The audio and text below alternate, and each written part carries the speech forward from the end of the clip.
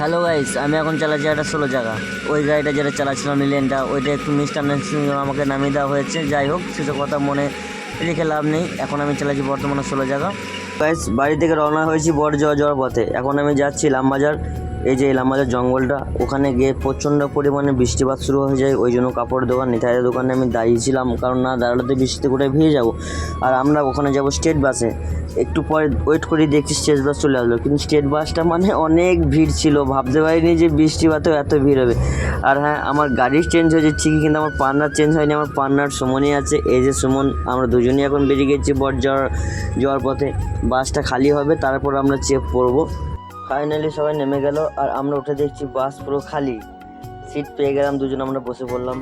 দুজন বসে বসে ভাবছি যে আমরা কোথায় যাচ্ছি। তারপরেই কিন্তু গাইজ, বৃষ্টি কিন্তু কমেনি, বৃষ্টি হতেই আছে কন্টিনিউ। বৃষ্টি প্রতিনিয়ত কন্টিনিউ বৃষ্টি হতেই চলেছে। তারপর আমরা টিকিট কেটে নিলাম, টিকিট না গেলে তো ফাইন। তারপরও বৃষ্টি পড়ে যাচ্ছে, মানে এত পরিমাণে বৃষ্টি। যাই হয় যায় না, কারণ আমরা তো দাঁড়াচ্ছি না। আর এটা যেটা দেখছি, এটা পানাগড় ফ্লাইওভারের তলায় বলি আমরা, 6 লাইনের নিচে। এরপর বাসটাও বেশ ঝড়ের গতিতে টানতে পারবে, কারণ এরপর তো 6 লাইন পেয়ে যাবে, আর কোনো বাঁধা বিপত্তি কিছুই নেই। আর সত্যি বাসটা মানে ঝড়ের মতো চলছে। আর এখন আমরা প্রবেশ করছি বাসকোবা টোল প্লাজাতে। ওখানটায় মানে তোমার এক সময় এত জাম লাগে যে কি বলবো। ওই রাজমার্গ থেকে জাম ঢেলতে যাই। আজকে তো আমরা কোনো জাম পাইনি। এখন আমরা বাসকোবা টোল ক্রস করবো। টোলে ফাস্ট্যাগের মাধ্যমে টাকা কাটে, ওই জন্য প্রসেসিং হতে একটু লেট হয়। তাই দাঁড়িয়ে গেছিলো গাড়িটা, কারণ না দাঁড়ালে নম্বর প্লেটে না হলে প্রসেসিং করতে পারবে না টাকাটা।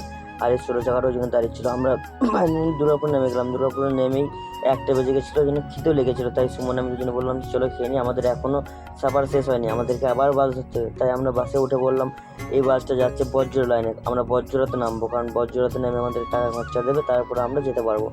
আর এটা সবাই আশা করি তোমরা চেনো, না চেনা কিছু না। এটা হলো দুর্গাপুর বিক্রমপুর ব্যারেজ, যেটা দামোদর নদীর ওপরে অবস্থিত।